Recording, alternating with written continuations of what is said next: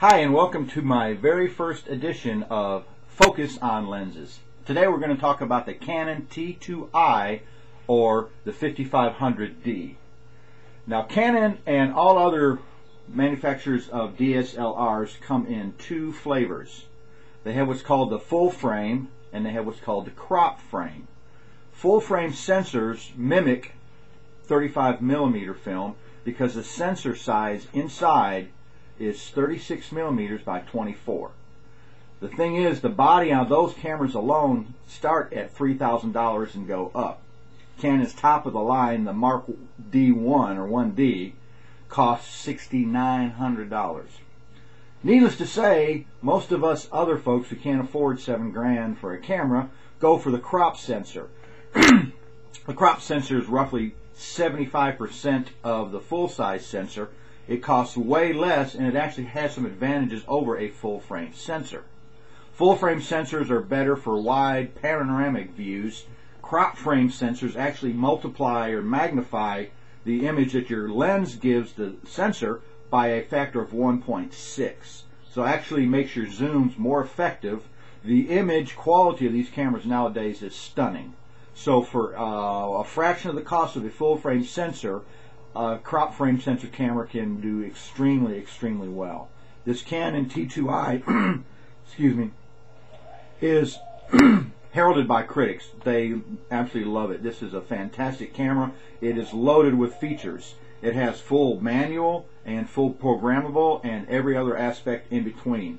It has a very easy to understand and use menu selection. It's easy to modify things, and it also has will run the full range of Canon lenses. Now Canon lenses come in three flavors. They come in what's called the they're all EF. EF stands for electronic focus, and that is Canon's their baby. Canon invented image stabilization and autofocus built into the lenses themselves. That's not in the Canon body. It's not in the camera body. It's in the lenses. So the first other lenses are called EF. Means electronic focus. The EF-s, which this one is, will only work on crop frame sensors. The quality is just as good, but they're made specifically for these cameras. Standard EF lenses will work on any Canon camera, and the EF-L stands for luxury. The L is luxury, and you will pay a premium price. They're physically bigger, and they're roughly 3 times in cost what a regular EF lens would be. Now this lens came on this camera. This is a kit camera, and it came with this lens. This lens is an 18 to 55 millimeter. It does really well indoors. It has it's 1.3 to 5.6. So inside on the 18 millimeter, you get a wide angle. You're not cropping heads off. It works very well for indoor photos and a general what they call walkabout. The 18 to 55 gives you a little bit of zoom, and it's a good everyday lens. I looked this lens up on several websites, and it gets pretty high marks. The biggest rub against it is it's plasticky, and they give it low marks for feeling overall cheap. But Canon did really well with the optics of this lens because they had to compete with Nikon, and Nikon had came out with something that was really good, so Canon felt like they had to up the ante. So even though this lens is a little plasticky, it's a really good lens optically wise. I've gotten really good reviews from this lens. What I like about Canon also is the bayonet release. That's as easy as it is to change lenses. Now the next lens that I went ahead and got was the Canon EF 70 to 300 zoom. This is a little bit slower lens because of the zoom factor inside. It's a, what do they say that is? It's a 4 to 5.6. And you have to run outdoors, probably ISO about 800. You can do, what's good about these digital cameras is they're really good with light. You can shoot at ISOs of 800, sometimes up to 1600 without severe degradation of your image. However, most people you can run at 400, which is a good all-round setting for capturing high quality and also using less available light. The zoom on this thing is stunning.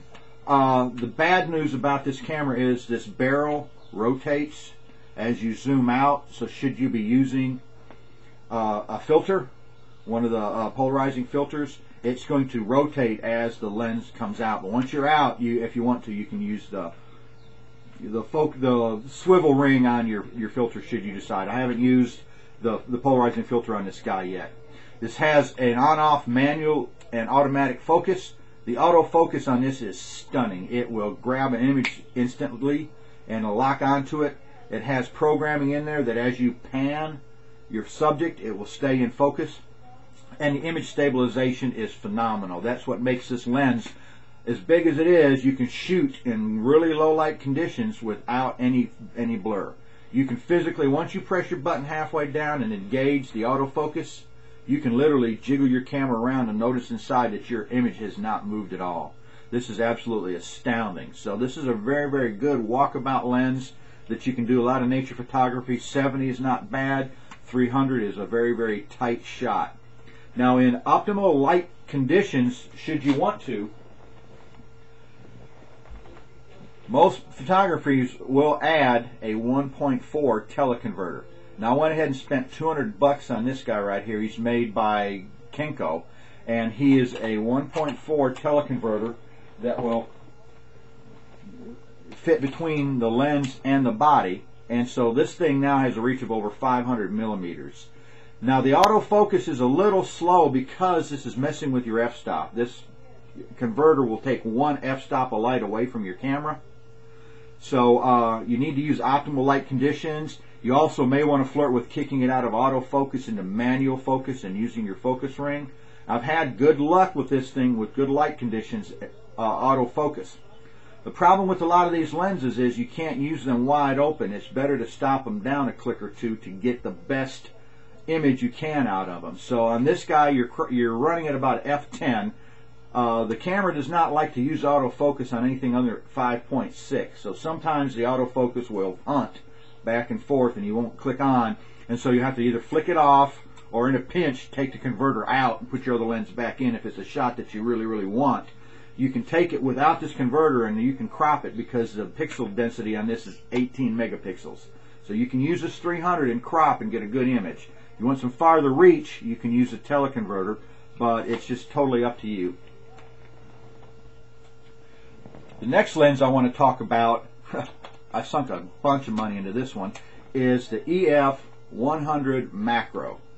Now, lenses come in what are called fixed length lenses or primes. This is not a zoom, this is a 100 millimeter, but it's also f2.8. It's blazingly fast.